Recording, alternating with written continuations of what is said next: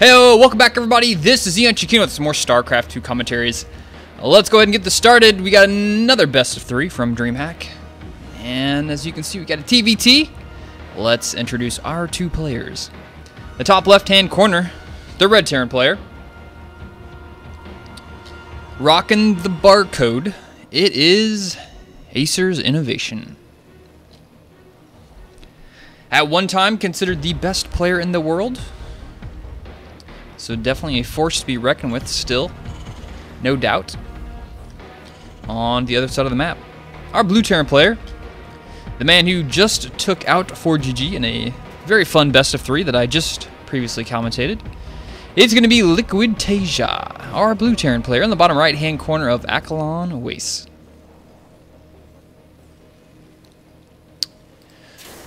So we saw Tasia play greedy on the larger maps, but of course we're on INnoVation, much smaller and a two-player map, so he's going to play conservative. Not to mention he's up against INnoVation.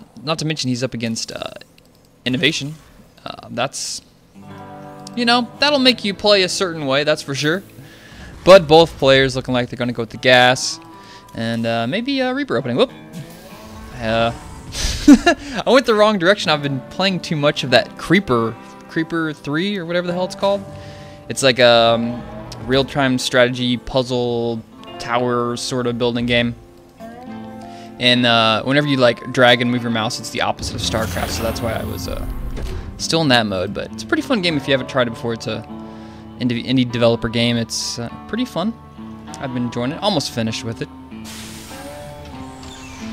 So, well, we're just going to have the Reaper and the Marine here for Tasia. Tasia looking like he's going to go for that fast factory. We'll see what he pops out of there. Got so many options as a Terran player whenever you open up Marines into factory. It's kind of like, you want to go Banshee, you want to go Marines with Widowmine drop and a medevac, you want to go mech, you want to throw down a command center. It's all kinds of crazy stuff.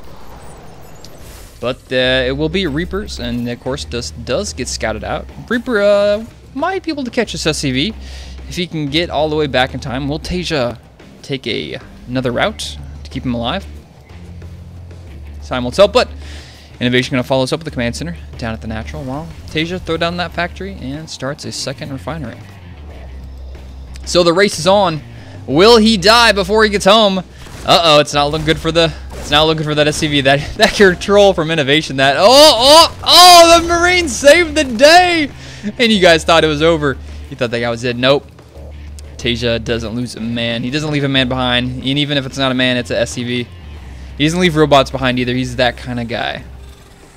That was close, though. INnoVation, he was scooting with that Reaper like nobody's business. I don't think anybody could have killed that SCV there. That was just too close. So we're going to have a reactor here on the factory. You can produce some Hellions. Of course, we can see INnoVation and go for mech if he feels like it. He's got that second gas down. Hasn't yet started any other barracks. Dropped some mules. Pretty much standard play there. No players getting supply block just yet. INnoVation content with leaving 2 Reapers down here at the low ground and just chilling out. You know, of course, this is an option where I've seen a lot of players on the ladder do this. They'll be like, okay, I have Reapers. I need to jump up in his base. It's like, it's a disease. I've got Reapers. I have to jump up in his base. I have to see what he's doing. But no, INnoVation thinks, hey, you know what?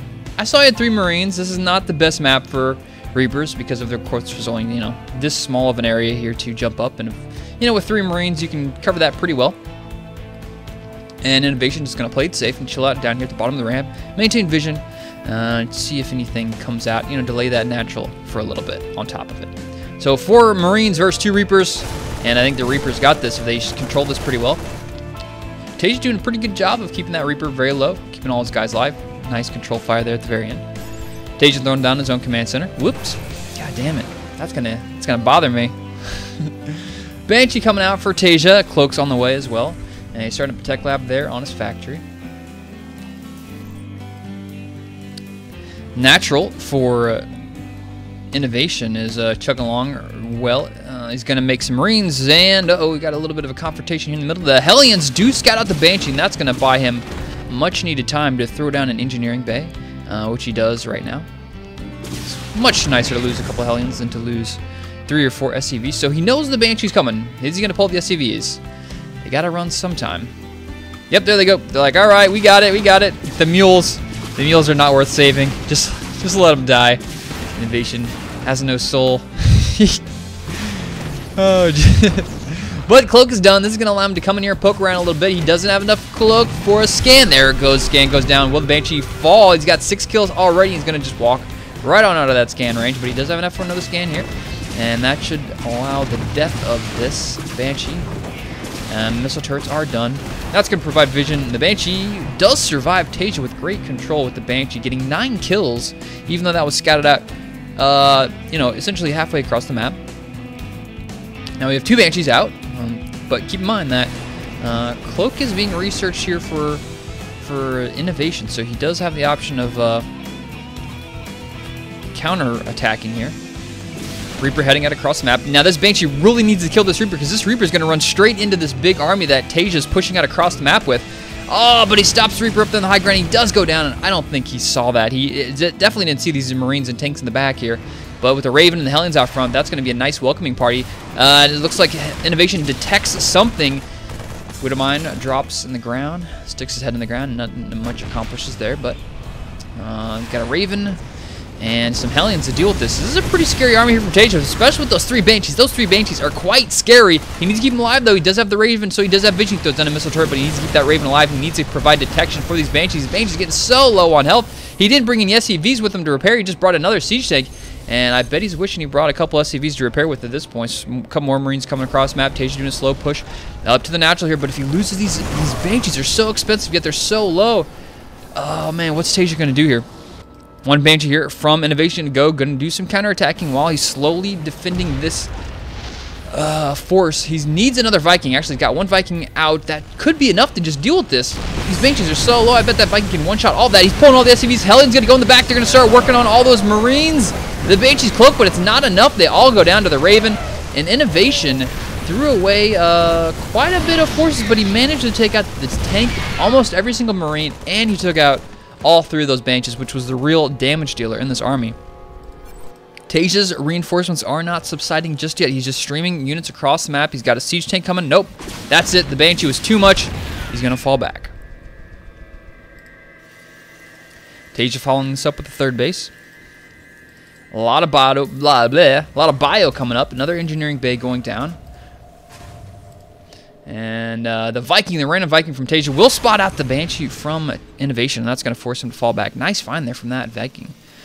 Good star sense there from Tasia.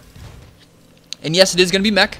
Mech is going to be the tech choice from INnoVation. He actually used a supply depot call down. Don't see that every day. Can't remember the last time I saw one of those. Probably the last time I played StarCraft was the last time I saw a supply depot be called down. But enough of my poor macro. Tasia sitting on a couple siege tanks here. This is going to be Marine tank versus medevacs, or sorry, mech here. Now he's going to go for the base down here in the bottom left. Which, now, is this a better decision to play against mech? I would think so. You know, mech, you're kind of forcing splitting up between going this way, and you can put just your small number of siege tanks here and defend both of those entrances. So I think that's a better location to go here. If you're Tasia and you're going to be playing against mech, I think this is a smarter play for the 3rd base. Not to mention, you can throw down the rocks. These rocks take a while to be killed by Hellions for sure, but of course the siege tanks can drop them relatively quick. Tasia doing what Bio-Terran players do versus Terran mech players do, keeping a base ahead. He's got the 3rd base up, almost already saturated. He's got a couple more SCVs in there, double gas going up. This extra gas here at the natural is kind of interesting. Normally, you don't really need to get the gas this quickly at your 3rd base when you're going bio, so that leads me to believe he really wants to keep making a lot of tanks in this composition. He's not slowing down the tank production. He's moving in a couple Marauders, a couple Medevacs, and of course adding in a bunch of tech, getting stim, combat shields, +1 attack, and adding some supply depots down here as well. Doesn't want to get supply blocked. Armory on the way. It's going to allow him to get up to +2 tech. Good timing there. Armory finishes just at the same time. The upgrades for the Terran player, Tasia, gets done. Now these Medevacs are just flying across the map. These Marauders are going to run straight into a whole pack of Hellions, and those guys, they are all toast. They managed to kill actually nothing. Very efficient play there by INnoVation. Not sure what Tasia was looking to do there, because the units weren't in the medevac, and they were kind of just running across the map. But nevertheless, INnoVation looking to make a play here. He's pushing out across the map. He's right outside of the base of Tasia. Tasia's got an insane number of siege tanks, though, for going bio for the most part. Even more than, than our Terran player going mech does.